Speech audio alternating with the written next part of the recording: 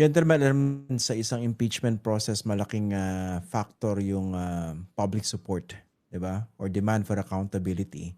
And nakikita natin yung mga naratibo being floated around, especially by supporters of the Vice President, saying na, teka, ba't nyo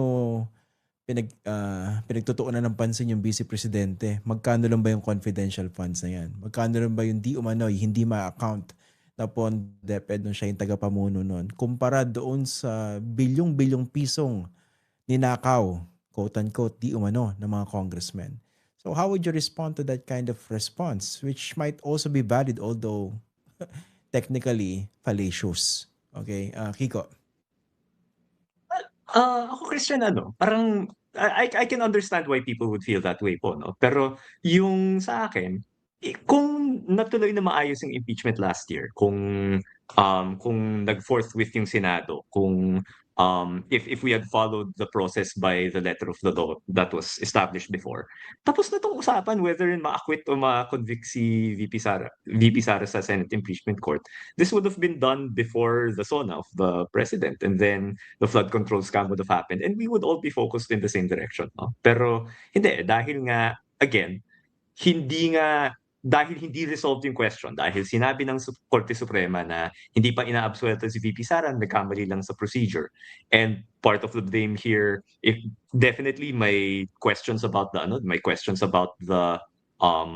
Supreme Court decision on the part of the SC. Baka rin may mga pagkukulang sa House of Representatives nung panahon na yun in the filing, not saying na naging perfect yun.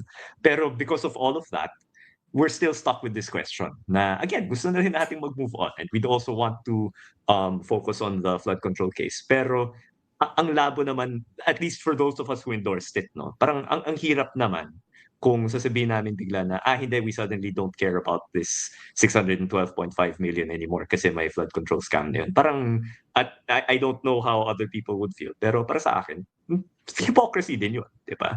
Kung sinasabi natin, ipokrito yung mga congressmen na hindi magsasign bigla sa impeachment ni VP Sara ngayon, hypocrisy din doon on the part of complainants. If we suddenly said, okay, never mind na tong complaint dahil iba na yung focus ng mga tao. Parang we stick to our guns and we want to have a final answer here. And then, ayun nga, parang in a way, kung ma-acquit nga si VP Sara, then it makes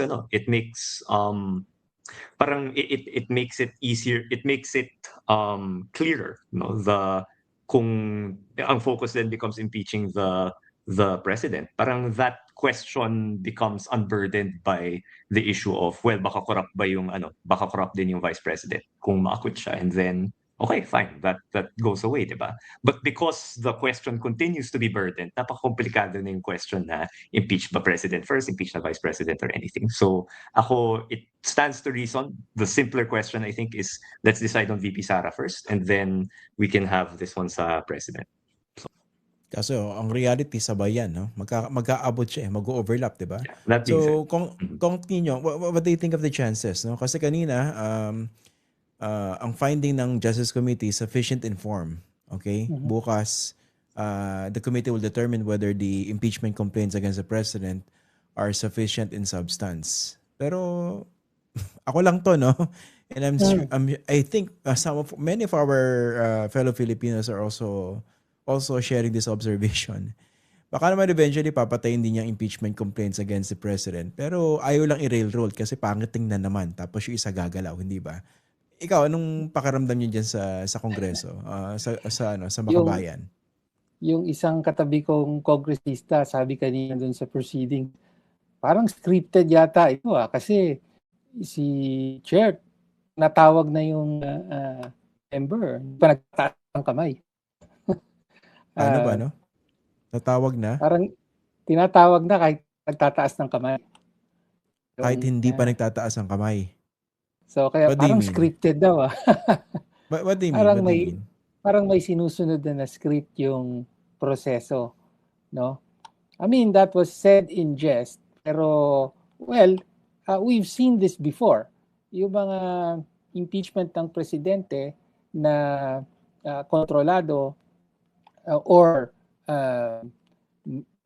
hayagan ang suporta ng mayorya, of course, sa presidente, talagang usually sa sufficiency in substance pinapatay kung gusto man, ano, even though actually very simple lang yung requirements ng sufficiency in substance.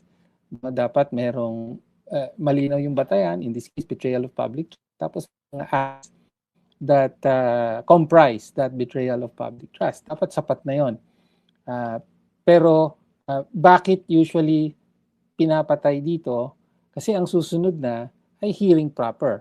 Dito pasasagutin na ang respondent, in this case the Pangulo, tapos palitan na ng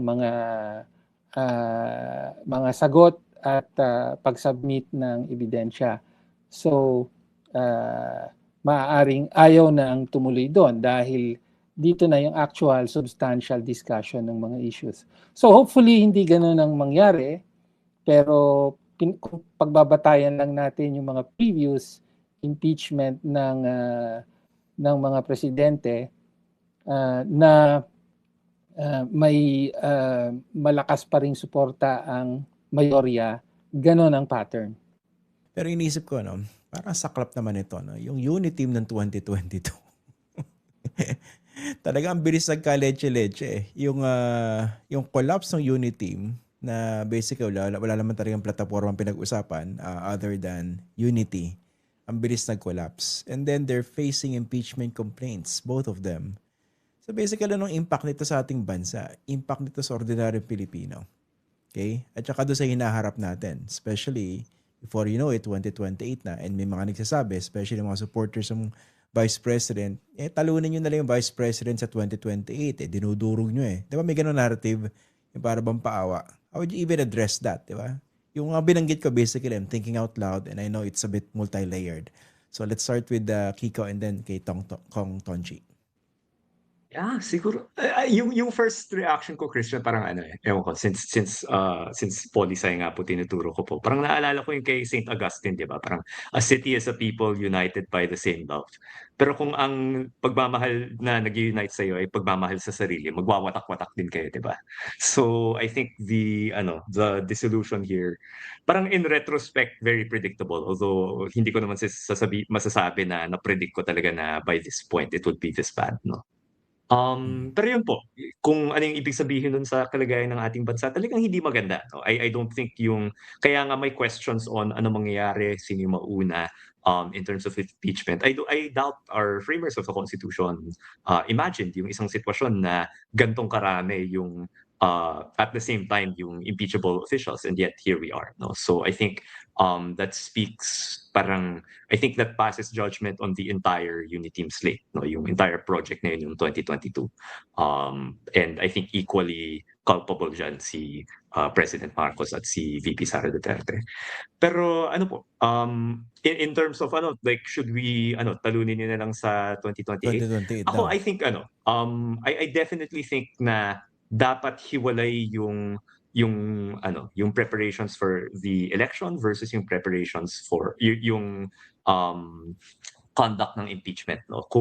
I think it is irresponsible for any member, any other candidate not to prepare for a situation na si VP Sara talaga yung tatakbo. She's been the front runner since 2022. Since nahalal siya as Vice President, she's been the front runner for President. Although pababa naman yung trend niya compared to where she was at the start of 2022. But that being said, kailangan talagang paghandaan siya. And although dahil I think imposible, I think just in terms of bandwidth, I don't know, baka kaya ni Kong Tonchi, pero just in terms of bandwidth, na imposible para sa akin na mag-focus sa impeachment and on flood control and on preparations for 2028 and on anniversary ng people power and on all of these other things, no? So parang merong mga napapabayaan, and ako medyo di ko na in-involve yung sarili ko sa discussions on 2028 so much. But what I will say is dapat kung ano man yung paghahanda for 2028, it really should be preparing for a case where if it's not VP Sara herself, then a very, very strong successor candidate sa Duterte that will have her backing will be the hill to climb for a real reform minded candidate. So yung nagsasabi na talunin niyo siya sa 2028, I agree with that also. Dapat yun din yung paghahanda ng progressive democratic opposition. Well, yung linya na talunin na lang siya sa 2028 ay bahagi yan ng naratibo ng mga DDS, mga supporters ni Sara Duterte. Politika lang talaga itong impeachment sa kanya at walang anumang batayan ito, no? Pero ang totoo ay talagang may anomalya sa paggastos niya ng confidential funds, no? At sa pagtakip dito, no? Yun ang malinaw at extensive nila nalantad na sa mga hearings pa lang ng House. So hindi pwedeng magkaroon ng impunity rito, no? Kahit gaano ka popular siya sa surveys, may pananagutan, talagang dapat harapin ito. So yun ang kaya merong impeachment, no? Now as to yung impeachment kay Marcos, natin, well, ito ang susi para maintindihan natin kung ano ba talaga ang nangyari in the past 3 years. Bakit umabot ganito ang lawak at pagiging sistematiko ng plunder. Unprecedented ang level ng plunder at and it goes all the way to Malacanang, no? Nasa sentro ang presidente at ang kanyang anti-corruption campaign ay selective, no? I think nasi-sense na ng publiko yan, hindi maitago, no? Na meron talagang mga merong ilang